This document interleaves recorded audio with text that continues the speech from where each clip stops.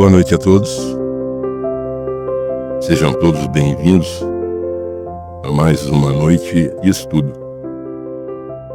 O capítulo 34 do livro do Nosso Lar.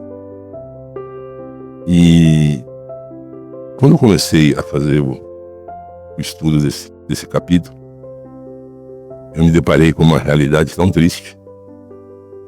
E é por isso que nós vamos falar dele hoje. Tão significante e tão triste. Então vamos lá. O estudo das obras do André Luiz, Nosso Lar, capítulo 34, os recém-chegados do umbral. Mas eu gostaria de lembrar aqui o que nós vamos falar, o que nós vamos comentar do negócio chamado trabalhadores vigorosos, matilhas de serviço, falsa paz espiritual, esforço purgatorial, irmãos a servir, viver em constante aprendizado. Está tudo nesse capítulo 34. Mas na semana passada, o meu irmão Reinaldo estava aqui, falando das curiosas observações do nosso lar. Olha que maravilha. E lá, ele falava de um assunto tão interessante, que os socorristas, né, eles fazem um amparo a desencarnados que estão em sofrimento, eles fazem orientação espiritual, apoio em trabalhos mediúnicos, colaboração em desdobramento, projeção astral. E tudo isso está lá no capítulo 33 da semana passada. É muito interessante para que a gente possa ter noção do que realmente acontece. E dando sequência no nosso capítulo 34, ele falava dos animais no resgate umbralino. E lá dizia: pararam as matilhas de cães ao nosso lado, conduzidas por trabalhadores de pulso firme. Daí a minutos estávamos todos enfrentando os enormes corredores de ingresso às câmeras de retificação, onde servidores movimentavam-se apressados. Além dos doentes, eram levados ao interior sobre amparo forte, não somente Narcisa e Salúcio. Os outros companheiros se lançavam à lida, cheios de amor fraternal, mas também os samaritanos, que mobilizavam todas as suas energias no afã de socorrer. Alguns enfermos portavam-se com humildade e resignação. Outros, todavia, declamavam em altas vozes. Também existiam diligências, formadas por 6 grandes carros, a matilhas de cães que se comportaram de forma correta, muito alegres e com um olhar de respeito, que eram puxados por fortes animais e que chamavam a atenção. Lembra que tudo isso daqui nós estamos vindo do umbral. Aqueles que estavam ali e poderiam ser levados nos braços, conforme nós vimos anteriormente, vinham nos braços. Outros vinham nessas diligências, né? O bem e o mal sendo colocado à prova para uma evolução espiritual, onde somente o sofrimento poderia ser descrito para o caminho do bem.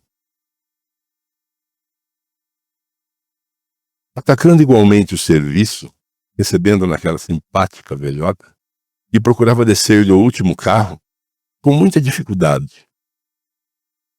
Observando, perto, exclamou espantada: tenha piedade, meu filho, ajude-me por amor de Deus. Era uma senhora, já de idade, que estava sendo resgatada do umbral nessas diligências. Olha, por que será? Aproximei-me, diz André Luiz, com interesse. E ela continua. Cruzes, credo, continuou se benzendo. Graças à providência divina, afastei-me do purgatório. Ah, que malditos demônios lá me torturavam. Que inferno, mas os anjos do Senhor sempre chegaram. Ajudei-a a descer, diz André Luiz. Tomado de extrema curiosidade, pela primeira vez ouvia referências ao interior e ao purgatório. Paitidas deu uma boca que me parecia calma e ajuizada. Talvez, obedecendo mais à malícia que me era peculiar, interroguei-a. Vem assim, de tão longe? Falando deste modo, afetei áreas de profundo interesse fraternal, como costumava fazer na terra, olvidando por completo, naquele instante, as sábias recomendações da mãe de Lísias. Ó pobre criatura! Percebendo meu interesse, começou a explicar. De grande distância fui na terra, meu filho. Mulher de muito bom costume. Fiz muita caridade. Rezei incessantemente, como sincera devoção. Essa senhora que foi resgatada do umbral, ela era um exemplo de religião. E ela, por ora, tudo normal, uma senhora de bons costumes, com muita fé em Deus, com muita caridade. Mas por quê estarás nessa situação? Por que será que ela estava no umbral? Mas que pode, como as artes de Satanás, ao sair do mundo, vi-me cercada de seres monstruosos que arrebataram verdadeiro redemoinho. A princípio, implorei a proteção dos arcanjos celestes. Os espíritos diabólicos, entretanto, conservavam-me enclausurada, mas eu não perdia a esperança de ser libertada.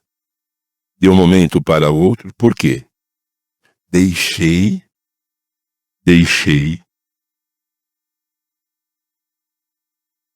dinheiro na terra para rezarem por mim. Olha que maravilha. Ela deixou bens em testamento para cuidarem da parte espiritual dela. Olha que maravilha. Como são interessantes as suas observações, mas não procurou saber as razões de sua demora naquelas paragens? Absolutamente não, respondeu. Novamente, se benzendo. Como lhe disse, enquanto estive na terra, fiz o possível de ser uma boa religiosa. Sabe, o Senhor, que ninguém está livre de pecar. Agora que vem a surpresa. Meus escravos provocavam rixas e contendas. E embora a fortuna me proporcionasse vida calma, e quando em quando era necessário, aplicava uma disciplina. Olha que coisa! Ela tinha vários escravos e descia o couro neles. Os leitores eram excessivamente escrupulosos e não podia hesitar nas ordens de cada dia. Não raro, olha o que ela se refere agora. Não raro, algum negro morria no tronco, de castigo e punição geral. Outras vezes, olha o que ela fazia. Outras vezes, era obrigado a vender as mães. Olha que coisa. Ela vendia as mães dos escravos.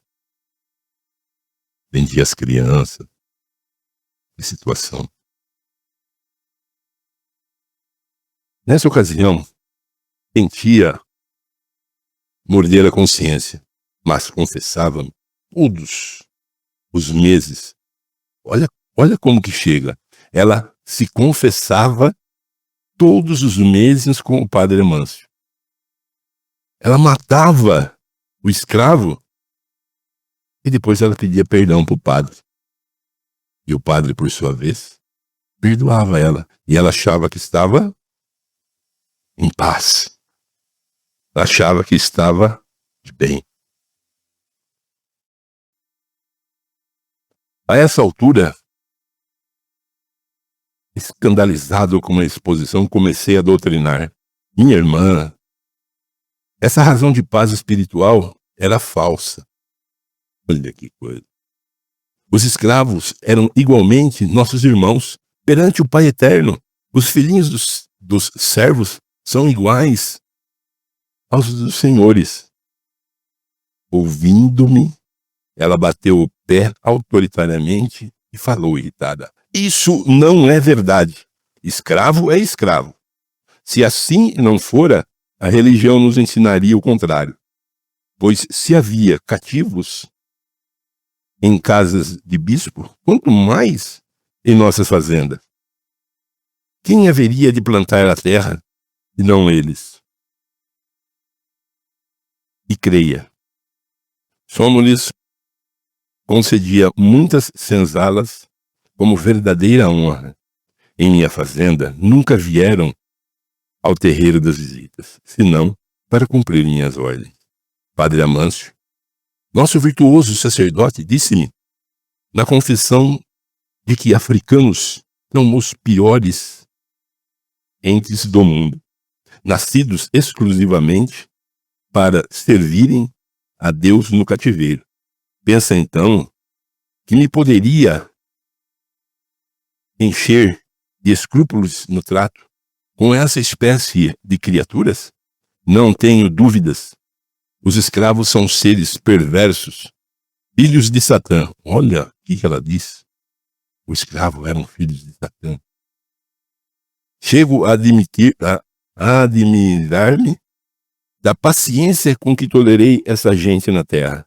E devo declarar que saí daquele inesperado campo por me haver chocado a determinação da princesa libertando esses bandidos. Ela ficou tão irritada que a princesa Isabel libertou os escravos que ela veio desencarnar de tanta raiva. Decorreram muitos anos, mas lembro-me perfeitamente, achava-me adoentada. Havia muitos dias e quando o padre Amâncio trouxe a nova da cidade, piorei de súbito. Como poderíamos ficar no mundo vendo esses criminosos em liberdade? Certo, eles desejariam escravizar-nos por sua vez e a servir a gente dessa laia. Não seria melhor morrer? Recordo que me confessei com dificuldade. Recebi as palavras de conforto do nosso sacerdote, mas parece que os demônios são também africanos e viviam à espreita, sendo eu obrigada a sofrer-lhes a presença até hoje. E quando veio? Perguntou André Luiz. Em maio de 1888. É possível que meus sobrinhos... Veja o que ela fala, hein? É possível que os meus sobrinhos esqueceram de pagar as missas. Deixei tudo declarado no testamento. Ela deixou que tinha que rezar missa para ela, para mudar essa evolução espiritual. Eu ia responder, fornecendo-lhe ideias novas de fraternidade e fé, mas Narcísia me disse bondosa: aquelas palavras de Narcísia foram ditas com tanta bondade e amor que corei de vergonha. Tem coragem de responder. André, meu amigo, você esqueceu que estamos providenciando alívio a doentes e perturbados. Que proveito lhe advém de semelhante informação? Os dementes falam de maneira incessante, e quem os ouve, gastando interesse espiritual, pode não estar menos loucos. E continuou Narcísia: André, meu amigo, não se impressione. Atendamos os irmãos perturbados. Mas a senhora é de opinião que estou nesse número? Perguntou a velhota, muito melindrosa. Ela queria uma explicação. E Narcísia respondeu: Não, minha amiga, não digo isso. Creio, porém, que deve estar muito cansada. Seu esforço purgatorial foi muito longo. Justamente, esclareceu a recém-chegada do umbral. Não imaginava o que tenho sofrido, torturada pelos demônios. Pobre criatura. Ia continuar repetindo a mesma história. Mas Narcísia, ensinando-me como proceder em tais circunstâncias, atalhou. Narcísia tinha sempre uma resposta do bem, do amor. Não comente o mal. Eu já sei tudo que aconteceu de amargo e doloroso. Descanse, pensando que vou atendê-la. Veja que nesse exato momento, toda aquela carga negativa, ela pede para tirar da mente e que ela passe a entender que ela será ajudada. Vou receber ajuda. Aí ela ia começar a falar de novo. Narcísia, você, Zenóbio, vá ao departamento feminino e chame Nemésias, em meu nome, para que conduza mais uma irmã aos leitos de tratamento. Olha que maravilha. Então, essa irmã que vivia enganada, ela ia para o tratamento. Muito triste. Quantos avarentos nós conhecemos? Quantos acham que o dinheiro vai comprar o pedacinho do céu? Quantos vivem enganados com essa paz espiritual? Na semana que vem, vai ter um encontro singular. Olha que maravilha. É um encontro do que vai acontecer. Eu ia até lhe dar uma palhinha aqui, mas semana que vem, meu irmão Edson vai estar aqui para fazer esse encontro singular. Nós vamos agora para a segunda parte. Mas graças de Deus. Boa noite e muito obrigado pela presença. Eu, assistindo a palestra de hoje, eu fico pensando na responsabilidade daqueles que estão à frente de qualquer instituição. Nós vimos aí que a mulher, ela confiou piamente na confissão que ela teve. Então, olha a responsabilidade do padre aí. Responsabilidade muito grande. Ela achou que ela estava isenta. E aí nós vamos ver uma história no livro de Humberto de Campos. Dívida e resgate. É a história de uma mulher que ela foi senhora de engenho. Ela era implacável. E depois ela reencarna. E ela reencarna como uma lavadeira. E ela traz junto com ela o capataz e aqueles que eram envolvidos nas atrocidades dela. Os escravos eram obrigados a tomar a bênção dela. Olha só para vocês verem. Então olha a responsabilidade daqueles que estão à frente. Olha o atendimento de amor dessa mulher, esclarecendo o André Luiz. O André Luiz já ia querer falar, porque muitas vezes a pessoa chega no centro espírita e ele chega fragilizado. Porque a doutrina espírita é a doutrina do amor, é a doutrina da esperança. Então, nós precisamos usar de caridade, usar de amor, deixar que a pessoa põe para fora aquilo que ele está sentindo. Se for para ajudar, a gente deve falar. Se não for para ajudar, a gente deve se calar. Aí eu lembro muito do Jamil Salomão. O Jamil Salomão, ele foi muitas vezes no Chico Xavier, ele é muito amigo meu. Ele contou muita coisa em particular. Uma vez, ele estava numa reunião do Chico Xavier e uma criança começou a chorar perto dele, no colo de uma mãe, chorar desesperada. Ele pegou e falou para a mãe: dá a criança aqui que eu vou levar para o Chico Xavier dar um passe. Ele pegou a criança no colo e levou para o Chico Xavier. O Chico Xavier falou: ela estava chorando perto de você lá? Ele falou, por que você não deu passe nela?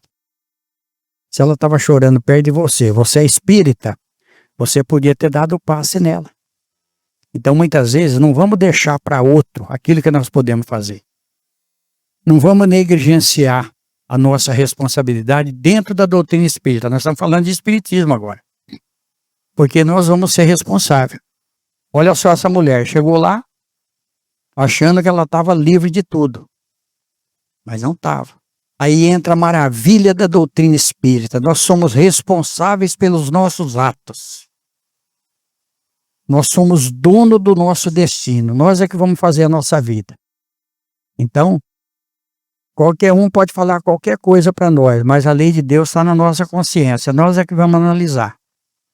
Porque a semeadura é livre, mas a colheita é obrigatória. Jesus, né? Na nossa vida. Gente, que Deus nos abençoe, que Jesus nos ilumine, que a gente possa ter um bom sono, né? Amanhã é um novo dia e continua. Muito obrigado. Fica com Deus. De bom para nós.